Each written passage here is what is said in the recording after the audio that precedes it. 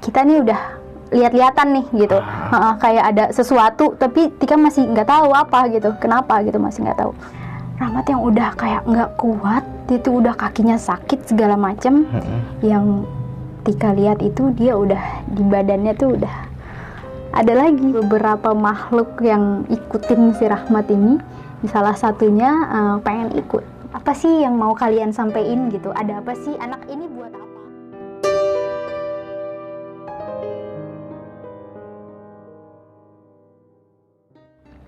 Assalamualaikum warahmatullahi wabarakatuh. Balik lagi dengan gue Indra di Besok Pagi. Sebelumnya gue sangat berterima kasih banget buat teman-teman semua yang sudah mensupport, menonton, mendengarkan Besok Pagi sampai saat ini. Semoga teman-teman semua selalu diberikan kesehatan oleh Tuhan Yang Maha Esa. Di kesempatan kali ini gue masih mendatangkan narasumber, dan narasumber gue kali ini mungkin sedikit agak berbeda ya. Biasanya lu ngeliat ini cowok mulu, nah di sini gue hadirin cewek nih. Pokoknya sangat spesial banget lah buat teman-teman semua nonton. Yang pastinya narasumber gue mempunyai cerita pengalaman pendakian mistisnya. Oke, kita langsung aja sapa narasumber gue kali ini. Halo Tika, apa kabar? Halo Bang, kabar baik, alhamdulillah. Sehat, ya? Sehat. Nah, Tik, lu kali ini mau membawakan cerita pengalaman pendakian lu di gunung mana nih, Tik? Cikuray. Nah, kalau boleh tahu lu ngalamin apa aja sih, Tik? Sebenarnya sih lumayan banyak ya Bang ya. Salah satunya itu kejadiannya tuh temen gue sampai yang di ngegendong 4 makhluk gitu, sampai bener-bener yang nggak bisa jalan. Iya, kakinya panas dan kayak bener-bener dia tuh udah nggak bisa gerakin kakinya lagi. Oke, nih teman-teman semua yang penasaran sama ceritanya Tika saat di Gunung Cikuray, lu simak terus videonya sampai habis. Dan jangan lupa juga di subscribe Besok Pagi, like, comment, and share, nyalain loncengnya supaya kalian juga tidak tertinggal nih video-video terbaru dari Besok Pagi. Dan bagi kalian juga yang punya cerita pengalaman pendakian mistis, cerita kalian pengen diangkat di Besok Pagi, nanti linknya lebih jelasnya dan lebih detailnya bakal gue cantumin juga di kolom deskripsi. Oke, nih Tika, mungkin kita nggak usah berlama-lama waktu ya. Bener Bang. Kita langsung aja masuk ke ceritanya.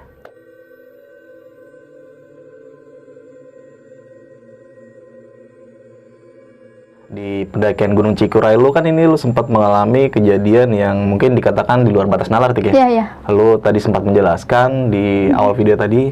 Nah, lu bisa menjelaskan lebih detail nggak sih kenapa lu bisa mengalami kejadian hal itu dari awalnya?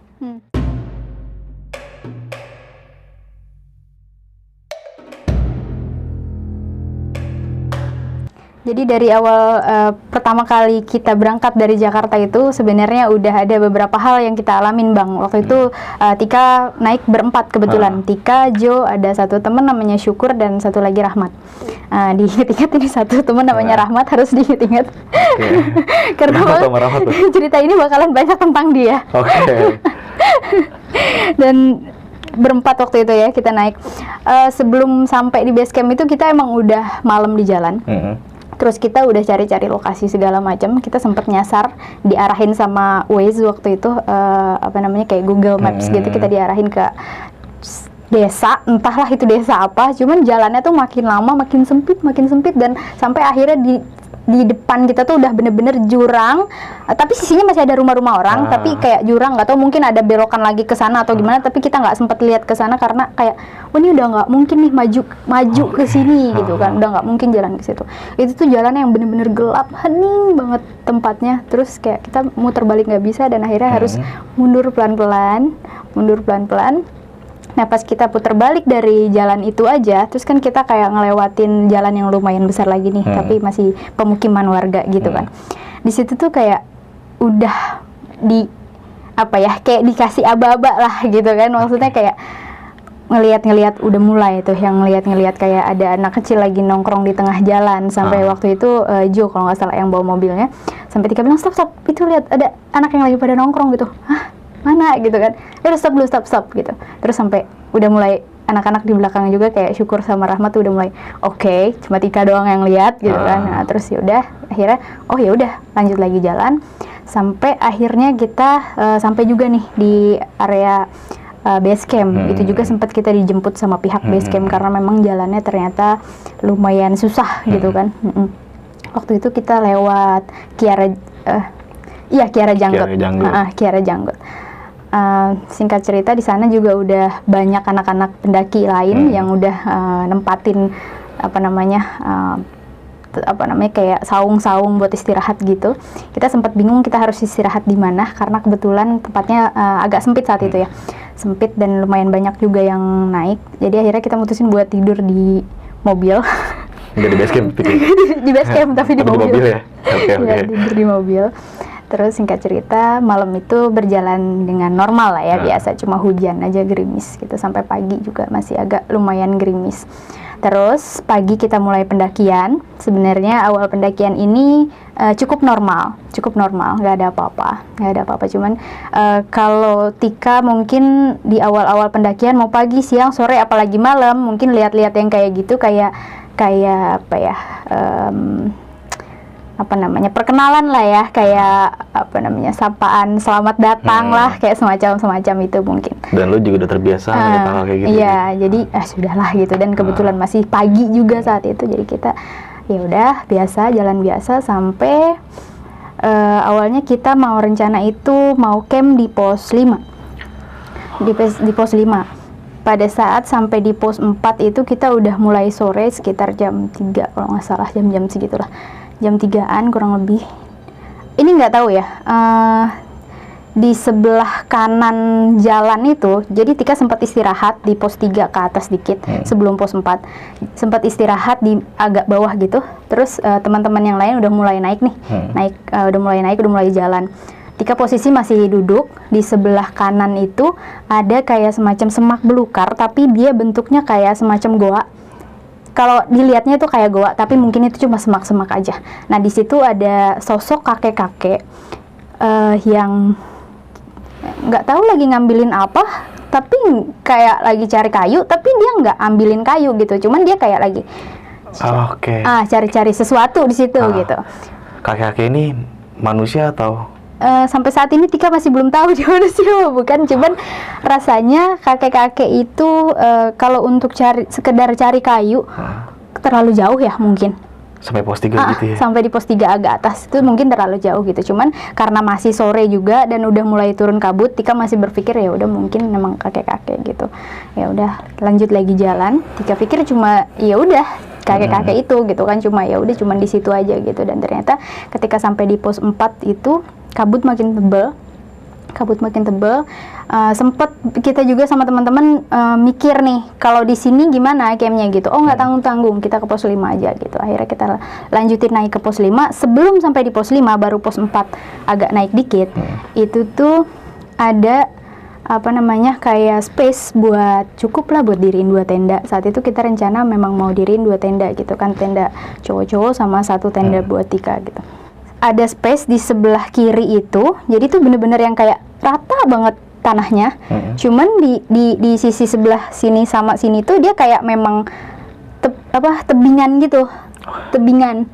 Bukan jurang ya? Bukan, hanya tebingan aja, nggak terlalu tinggi juga, sekitar kalau dilihat ke bawah 7 meter lah, lumayan, cuman nggak terlalu tinggi lah. Segitu, ada tebingan di situ. Sempet mikir di sini aja nih gitu, cukup kok untuk 2 tenda gitu. Cuman balik lagi, kalau misalnya cuma ada kita aja di situ, kita takut dong terjadi sesuatu gitu. Ada apa sama kita nanti malam gitu kan. Kita juga mungkin ya gimana, nggak mungkin lah kalau misalnya terjadi sesuatu kita cuma berempat nih gitu kan. Kita kan pasti yang namanya ngelakuin pendakian, kita pasti udah mulai nih mikirin hal-hal yang harus kita hindari gitu ya Bang ya. Kayak misalnya ya banyak hal, apalagi posisi Tika cewek gitu kan. Jadi ya kalau bisa kita jangan yang cuma ada rombongan kita doang gitu.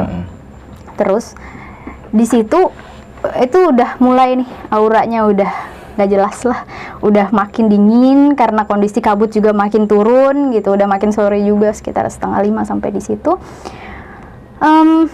Terus ada sosok perempuan di tebingan yang dekat area landai itu, perempuan putih semua. Dan kalau itu Tika bisa confirm ya, itu kayak bukan manusia sih. Rambutnya panjang, putih semua bajunya. Dari awalnya kayak kelihatannya lumayan jauh nih, cuma lama-lama dia mendekat gitu. Oh udah, lanjut jalan gitu, biar sampai kita cepet-cepet di pos 6 gitu.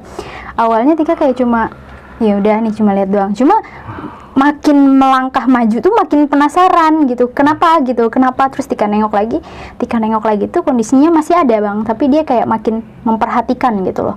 Kayak kita nih udah lihat-lihatan nih gitu. Kayak ada sesuatu, tapi Tika masih nggak tahu apa gitu. Kenapa gitu, masih nggak tahu. Dan itu jelas banget. Jelas banget bang, jelas banget. Terus si Rahmat ini dia udah waktu itu kalau nggak salah dia itu baru sembuh dari sakit, lupa sakit apa, kalau nggak salah kakinya deh sakit. Kalau nggak salah kakinya sempat sakit, terus dia baru sembuh dan ikut pendakian itu. Terus dia bilang mau istirahat kan, capek, bisa nggak kita di sini aja gitu kan, sempat ngomong kayak gitu, di sini aja deh kita diriin tendanya. Karena awalnya kasihan juga ngeliat kondisi dia gitu, ya udah awalnya mau diskusi juga nih, gelar diskusi sama teman-teman buat mutusin ya udah ada baiknya kita di sini aja gitu. Cuman karena ngelihat sosok perempuan itu tadi, Tika malah jadi kayak enggak kita naik bentar lagi, dikit lagi gitu. Akhirnya waktu itu Tika sama Uko yang naik duluan, Jo sama Rahmat agak belakang tuh. Pas nyampe di pos 6-nya itu baru kayak udah nih di sini gitu kan, sampai udah tuh akhirnya mereka jalan. Kita sampai di situ diriin tenda. Pas kita lagi diriin tenda itu posisinya maghrib, sampai di situ kita maghrib.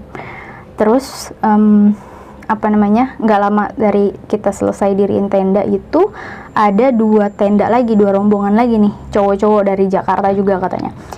Mereka diriin tenda deket kita gitu. Salah satunya itu kita kan ini trek nih bang, kita diriin tenda di sini yang satu, terus ada rombongan yang baru itu dia di sini satu, sama di sini nih satu di atas. Oke, berarti nggak satu ini. Iya, dia agak atas satu, sama sebelah kita satu, cuma kita di sini 2 gitu. Terus ingat Tika kayak gitu deh. Iya, kalau nggak salah posisinya kayak gitu. Karena pas dapur kita itu kalau dibuka kelihatan ke tenda yang rombongan itu, ya. Laki-laki itu ya.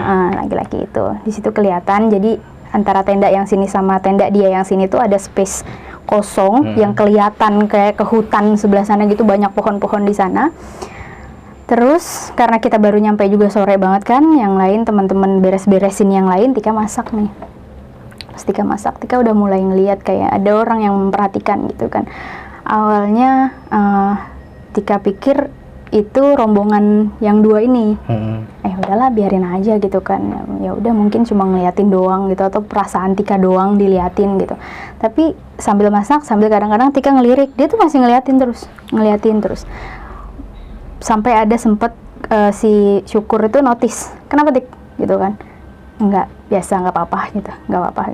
Ya udah jangan melamun kayak gitu kan. Lanjut lagi masak, singkat cerita kita makan, sempat ngobrol-ngobrol juga. Terus pas malam itu sempet belum mau tidur, sempat masak air. Pas buka apa sih namanya? Pintu tenda, tapi yang depannya itu loh, yang depannya lagi teras. Teras tenda, kita buka teras tenda. Ternyata sosok laki-laki yang memperhatikan Tika itu masih di posisi yang sama. Masih di situ. Dan itu bukan laki-laki yang dari Jakarta ini kan, Tik? Atau? Bukan. Karena Tika taunya bukan, karena makin Tika perhatikan dia makin besar sampai akhirnya dia nutupin beberapa pohon. Anjir. Gede banget bang. 2 orang tuh ya? Satu orang. Tapi dia makin besar dan dia nutupin beberapa pohon. Tika tuh sampai kayak apa itu gitu. Terus biasanya tuh yang kalau Tika udah mulai bengong gitu, kalau nggak Jo, Syukur yang kayak ada apa gitu kan. Ya waktu itu sempat Syukur nanya, jangan lihat-lihat, udah nggak usah lihat-lihat ke sana gitu, udah fokus aja gitu, udah tidur gitu kan. Ya dipikir setelah itu terus kita bakalan bisa tidur nyenyak, itu ternyata enggak gitu kan. Walaupun kayak cuma sekedar mimpi-mimpi dibawa kemana gitu. Nyaris hampir setiap pendakian sih bang, kalau misalnya tidur itu ya tuh suka diajak keliling gitu. Raganya mungkin iya. Raganya lu tidur tapi kita lagi jalan-jalan keliling. Iya, kayak entahlah ke tempat-tempat di mana yang kayak mungkin kita tuh nggak bakalan lewat kalau cuma ikutin jalur pendakian aja. Keliling-keliling, di sini ada ini gitu. Nah terus singkat cerita ya nggak terjadi apa-apa, cuma ada ya kayak gitu-gitu doang, kelihatan kayak gitu. Kita summit pagi, kita summit cuma bertiga nih. Rahmat kondisinya memang sangat tidak memungkinkan buat ikut summit dan dia juga nggak mau. Ya udah akhirnya dia di tenda. Kita summit bertiga lancar sampai di puncak, kita turun lagi sampai di pos 6 lagi di tenda. Kita masak, makan segala macam normal tuh ya. Normal sampai akhirnya kita mutusin buat turun. Udah lumayan sore, kalau nggak salah turun kita itu jam berapa ya? Lupa persisnya, tapi udah mulai sore lah. Udah mulai sore kita jalan turun. Kabut lagi. Kabut lumayan tebel.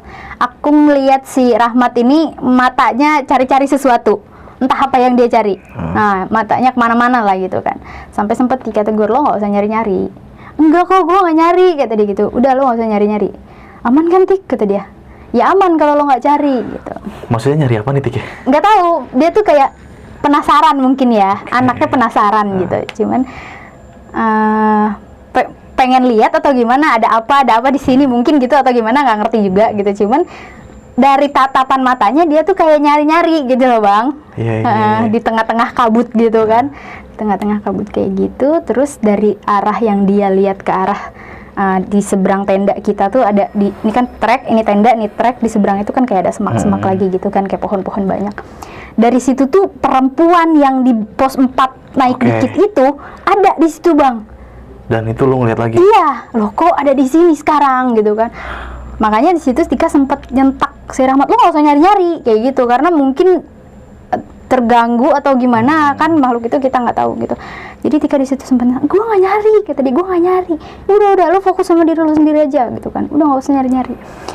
Sampai singkat cerita kita mulai jalan turun. Ada aja nih gangguan-gangguan, kayak mulai dia posisi turun tuh biasanya pertama Ukuy, si Syukur, Tika, Rahmat, baru Ju, biasanya kayak gitu. Kok perasaan gak enak nih, belakang kok kayak rame sekali gitu kan. Kita turun berempat doang waktu itu, belakang kayak rame sekali. Nengok belakang, aman Mat, aman Tik gitu. Kayaknya dia parno abis itu, Tik baru tukeran tempat kata dia. Tukeran, Tika di belakang, dia di depan. Kenapa aman? Aman. Terus sempet jalan. Ini tuh yang perempuan tadi tuh ikut terus, Bang. Gila, dari atas? Dari pos 6 itu, dia ikut terus. Aman. Terus aku langsung bilang kayak si Rahmat, lu kayak jangan jauh-jauh deh dari gue sama Ukuy, atau depan tuker deh, Jo sama Ukuy tuker Jo depan, Ukuy belakang.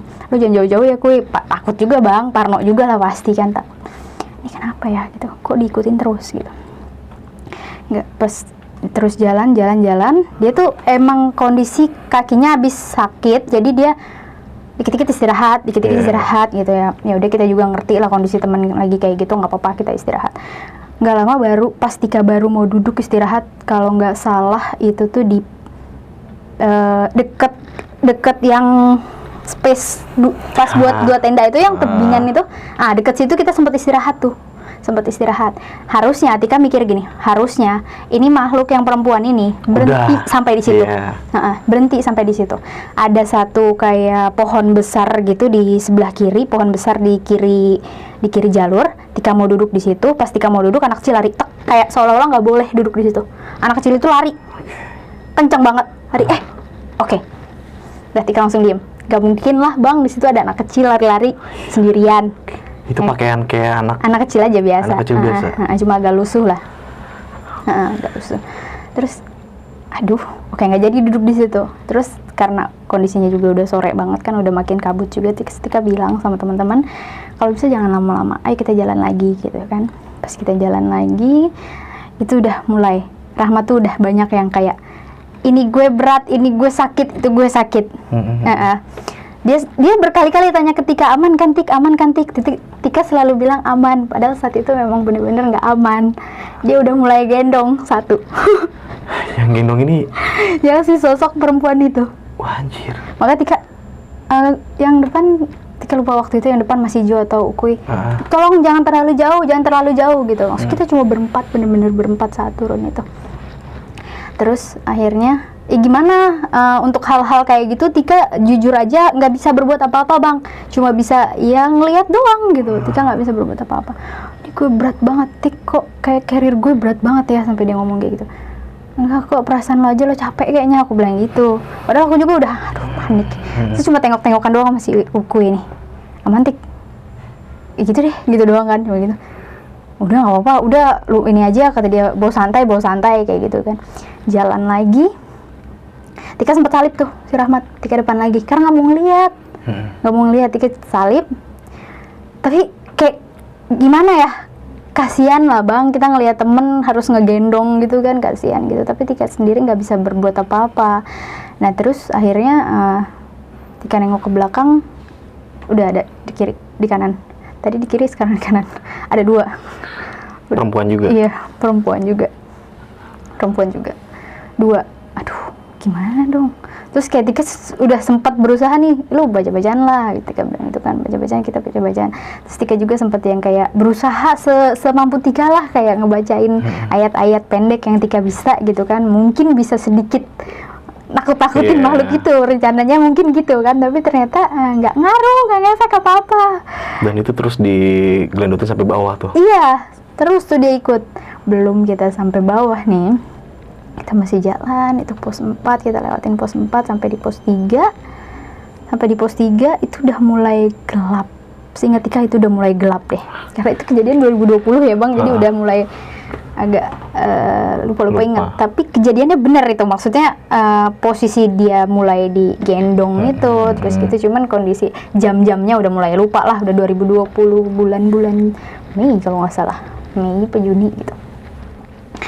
Nah akhirnya udah lanjutin jalan. Tika juga berusaha nyemangatin aja deh, cuma bisa nyemangatin doang dan berharap biar kita bisa cepet-cepet sampai di bawah gitu kan. Terus kita lupa gimana ceritanya, akhirnya sampai kita tuh kena malam. Dan itu di jalur? Masih di jalur, belum nyampe pos 3 kalau nggak salah. Kita tuh kena malam. Rahmat yang udah kayak nggak kuat, itu udah kakinya sakit segala macem. Yang Tika lihat itu dia udah di badannya tuh udah ada lagi. Jadi tuh yang yang meluk gitu loh bang, tapi meluknya tuh dari sini. Iya gitu. Oke. Cewek juga? Cewek ya, rambut panjang, cewek. Terus di atas carrier-nya itu anak kecil yang lari itu ada di atas carrier-nya. Kayak di tebing itu? Iya, yang tadi yang di pohon yang Tika mau duduk, ada di atas carrier dia. Oke, istirahat, kaki gue sakit, kata dia. Itu istirahat lumayan lama tuh bang, karena emang udah maghrib juga kan, udah lumayan gelap. Udah gelap banget, kita udah mulai pasang headlamp. Dia udah kayak, gue gak kuat banget, gue udah gak kuat kayak gitu kan. Terus sampai sempet nanya juga, dia tuh emang kalau udah sakit, kalau udah capek, ini bisa panggil ojek gak sih gitu, panggil ojek gitu sih, ya gitu, ojek. Bentar lagi, di bawah dikit lagi gitu kan, kita kayak gitu-gituin, dikit lagi. Tapi kita istirahat lumayan lama, dia lepas carrier tuh. Waktu itu si Uku yang bawain carriernya. Dia udah gak bawa apa-apa nih bang, tapi dia masih bilang, Tik gue berat banget gitu kan. Gimana? Tika kan nggak mungkin bilang di badan lo ada 4, nggak mungkin kan bang. Ya udah istirahat dulu aja, lo minum. Aku bilang gitu, mau makan nggak? Aku bilang gitu. Terus dia, ya biasa dia dengan kemanjaannya dia, kita boleh camp lagi di sini gak sih? Oke. Dan itu lo putuskan ngecamp juga? Enggak lah bang, enggak bisa gitu. Ayo pelan-pelan. Uku di depan, Tika jalan. Tika tuh udah capek banget bang, lihat yang kayak gitu tuh udah energi kita kan terkuras juga bang. Lihat doang pun kita capek gitu loh. Udah lagi tambah lagi kita lagi ada di jalur pendakian. Ya udah double capeknya nih. Udah terus emosi juga jadi nggak terkontrol gitu. Bisa Mat, bisa gitu. Ayo pelan-pelan aja, bisa kok gitu kan. Iya Tik, tapi kaki gue sakit banget kata dia. Berusaha untuk ngertiin dia, tapi Tika nih marah sama kondisinya yang dia tuh lagi ngegendong gitu loh bang. Maksud Tika, kalau Tika bisa sampein ke dia, paksa deh gitu, lu tuh lakuin sesuatu deh buat nyelamatin diri lo sendiri gitu. Pengen banget ngomong kayak gitu, tapi kondisinya gak mungkin gitu kan. Terus Tika tuh berusaha, gimana ya, apa sih yang mau kalian sampein gitu, ada apa sih, anak ini buat apa gitu. Maksudnya bilang ke Tika biar nanti Tika yang nyampein ke dia gitu, untuk minta maaf atau apa, mungkin dia pipis sembarangan atau apa, kita kan nggak tahu. Tapi si makhluk ini tuh yang cewek terutama ya, yang pertama itu, dia tuh ngeliatin kayak tatapannya tuh marah gitu bang. Ngeliatin kayak seolah-olah lu gak usah ikut campur kayak gitu, seolah-olah tuh pesannya kayak gitu, udah lu gak usah ikut campur gitu, kayak gitu. Aduh takut juga gitu kan.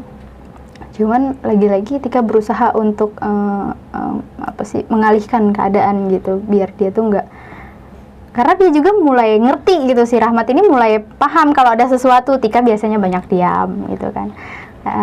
Terus ada apa sih gitu kan, selalu ditanya-tanya kayak gitu. Nggak apa-apa, gua nggak apa-apa, nggak apa-apa, lu tuh kecapean, aku bilang gitu. Nggak apa-apa, udah jalan lagi. Sampai kita jalan sedikit, dia istirahat. Dia jalan dikit, dia istirahat. Dia tuh sampai jalan jatuh gitu kan bang. Dia tuh, kita juga kasihan gitu ngeliat dia, tapi kondisi badannya kan gede. Dia nggak mungkin dong kalau harus nirjokin dong. Enggak dong. Iya. Terus kita sempat kepikiran buat kayak entah siapa duluan, mungkin Ukui gitu, suruh duluan ke bawah atau hubungin orang base camp gitu atau gimana, dievakuasi mungkin perlu gitu. Sempat give up juga tuh, sempat mikir kayak gitu, tapi kayaknya bisa sih jalan pelan-pelan gitu kan.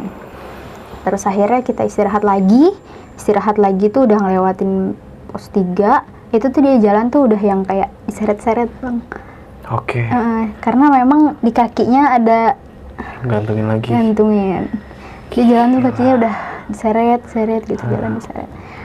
Wow, Tika gitu. Terus pas kaki gue sakit banget. Itu tuh Tika yang megang kakinya dia juga, kayak emang sepanas itu gitu loh, kakinya panas gitu.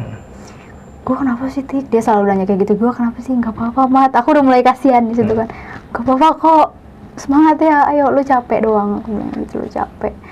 Bilang gitu. Tapi dia udah, mungkin dia juga tahu gitu. Dia ngerasa nggak nih, gue nggak sendirian nih. Mungkin dia juga ngerasa kayak gitu. Ini berat banget. Punggung gue sakit kata dia. Terus ini gue juga sakit kata dia. Punggung gue sakit semua.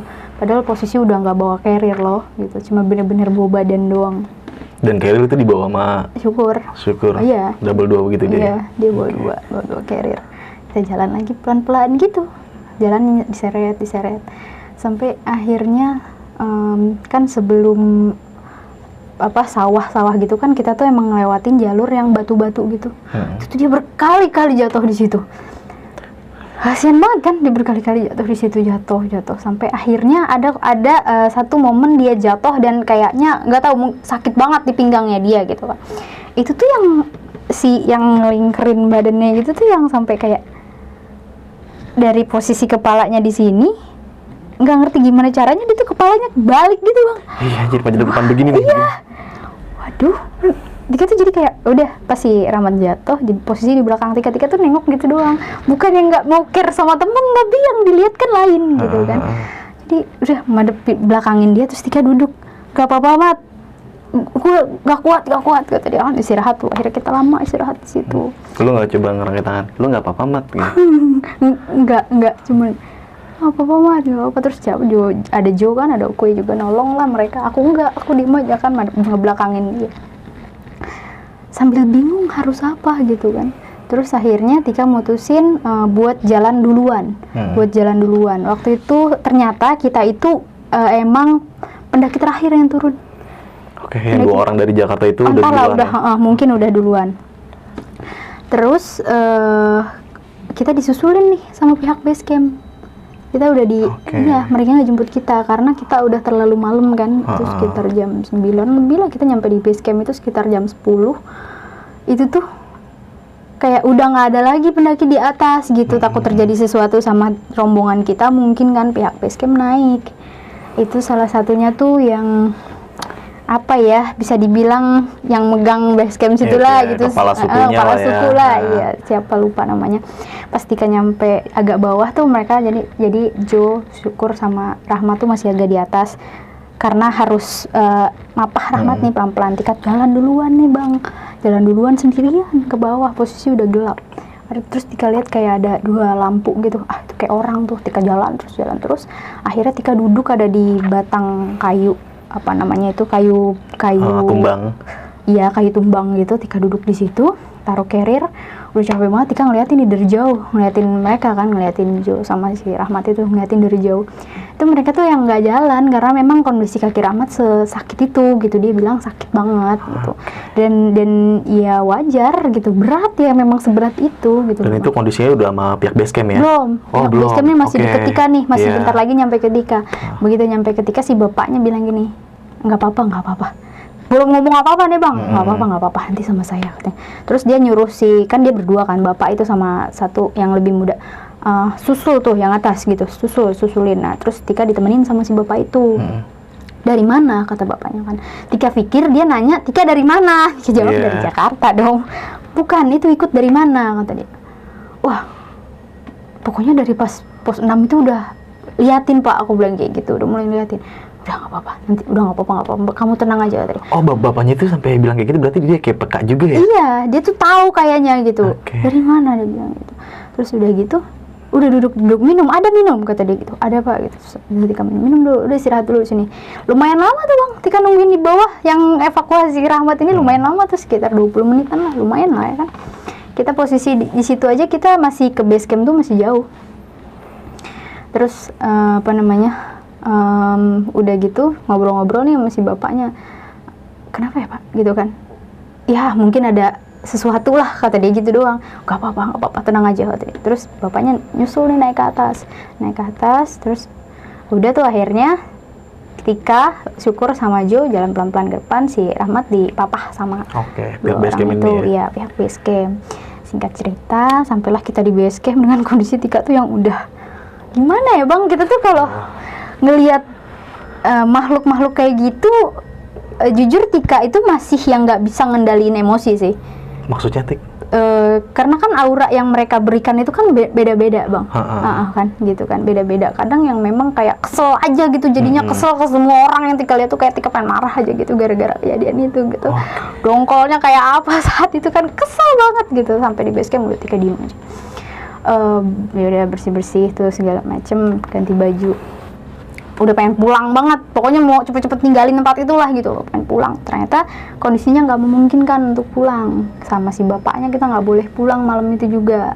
Si Rahmat diurut nih segala macam lah, diurut, dipencetin sama si bapaknya.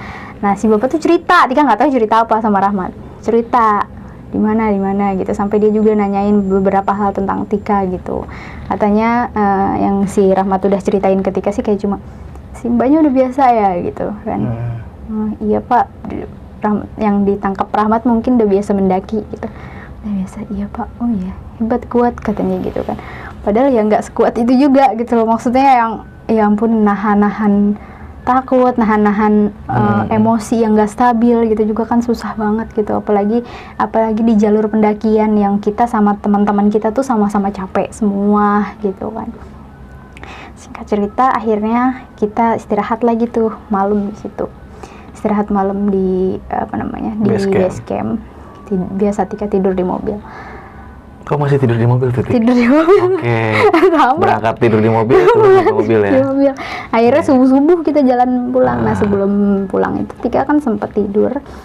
Tidur itu mimpiin beberapa makhluk yang ikutin si Rahmat ini. Salah satunya pengen ikut. Sampai rumah? Iya, mau ikut, maksa mau ikut.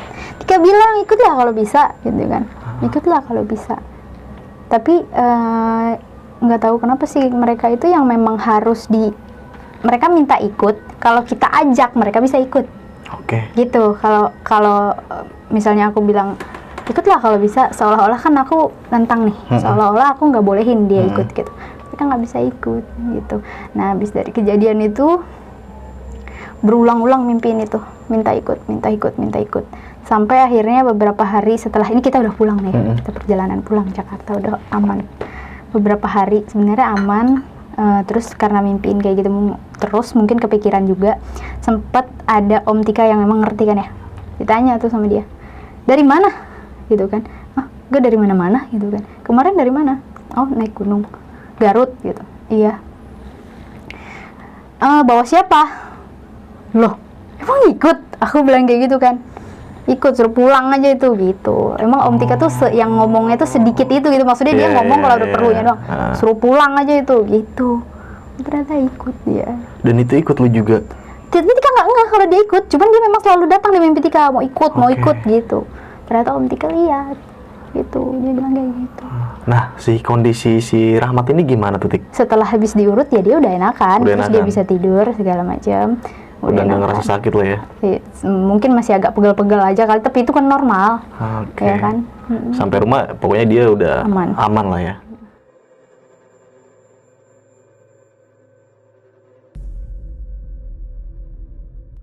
Thank you banget lu udah mau berbagi cerita pengalaman Sama-sama, pendakian lu nih di Gunung Cikuray tahun 2020 ya, Tik? Iya, 2020. Nah, sebelumnya kan gue nggak tahu nih kayak lu peka mahal kayak gitu ya. Nah, setelah gue denger cerita lu gini, wah gila juga sih ya.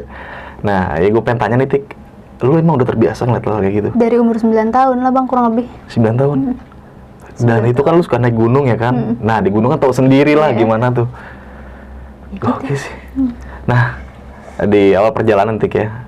Ini kita lanjut pendakian nih. Di pendakian nih kan lu sebelum melakukan pendakian lu sempat tersesat juga nih. Iya. Nyari base camp. Nah, lu sebenarnya udah gali informasi nggak sih tentang base camp itu? Letak-letaknya. Udah. Dan itu di Sherlock sama mereka Iya, atau? mereka juga Sherlock kok, sempat Sherlock. Sempat Sherlock tapi akhirnya lu nyasar. Iya. Sampai akhirnya disusul sama mereka tuh ya. Gila, dari awal aja lu udah mulai tersesat gitu ya. Sampai akhirnya lu melakukan pendakian mengalami kejadian-kejadian yang udah aneh lah ya, Tik ya. Nah, si Rahmat ini nih. Gue penasaran sama si Rahmat ini. Si Rahmat ini sebenarnya dia sampai di ya gangguin gaib begitu loh ya. Ada hal apa sih sebenarnya? Sebabnya apa gitu? Mungkin memang ada apa namanya ya, dia tuh kayak semacam ada energinya juga sih bang. Jadi ada, nggak tahu leluhurnya dari mana, emang ada yang ngikutin dia kan, ada yang jagain dia. Cuman kan kalau setahu Tika nih ya bang ya, ini cuma setahu Tika doang. Kalau makhluk-makhluk kayak gitu tuh ada yang bertentangan, ada yang enggak gitu. Kadang ada yang kayak misalnya nih Tika ada yang jagain, terus Tika datang ke suatu tempat nih, ke gunung misalnya, ke anggaplah misalnya Gunung Cikuray. Nah ternyata penghuni Gunung Cikuray ini nggak suka sama yang jagain Tika. Nah suka tuh ada kejadian kayak gitu. Tika nggak tahu sih saat kejadiannya di Rahmat itu kondisinya gimana, Tika nggak ngerti bang. Cuman ya gitu, dia diikutin. Nah, lu sempat melihat kayak perempuan ini sampai ngikutin ke bawah tuh, Tik ya? Iya, dia ikutin sampai, ya pokoknya sampai ketemu bapak yang nyusulin itu, perempuan itu masih ada. Karena lu orangnya peka nih, ada pesan-pesan gak sih dari si makhluk itu ke lu gitu? Itu dia bang, mungkin kurangnya Tika di situ ya, untuk komunikasi sama makhluk itu Tika masih gak bisa.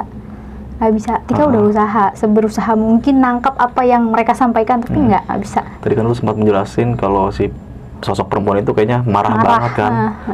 Marahnya sampai segini lu nggak tahu nih ya karena apa.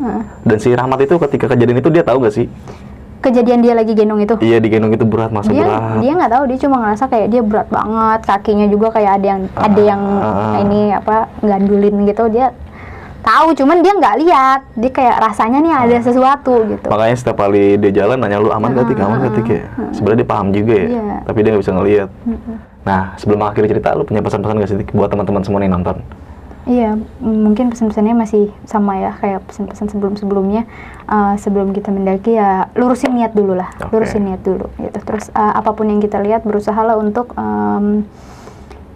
ya udah, memang itu tempat mereka gitu loh. Jangan nantang, nggak usah nyari-nyari juga gitu, nggak usah. Terus kita kesana itu sebagai tamu gitu, berlakulah, bertingkahlah selayaknya kita bertamu ke orang lain. Dan attitude sopan santun perlu buat dijaga ya. Bener. Dimanapun berada ya, Tik ya. Mungkin gak cuma di gunung, di rumah, di sekolah, di kampus, di kantor, itu perlu buat dijaga. Oke, mungkin teman-teman semua bisa mengambil hal baiknya, dan bahwasannya cerita yang lu angkat ini bukan bermaksud untuk menakut-nakuti teman-teman semua, bukan juga mengurungkan teman-teman semua yang menonton video ini untuk kayak gue takut banget naik gunung. Enggak kayak gitulah. Sebenarnya lu naik gunung tuh ya naik-naik aja. Yang penting lu berpikir positif dan tidak ada hal-hal negatif yang lu inilah. Oke, Tik, thank you banget ya. Sama-sama. Tapi ngomong thank you udah 3 kali gue ya.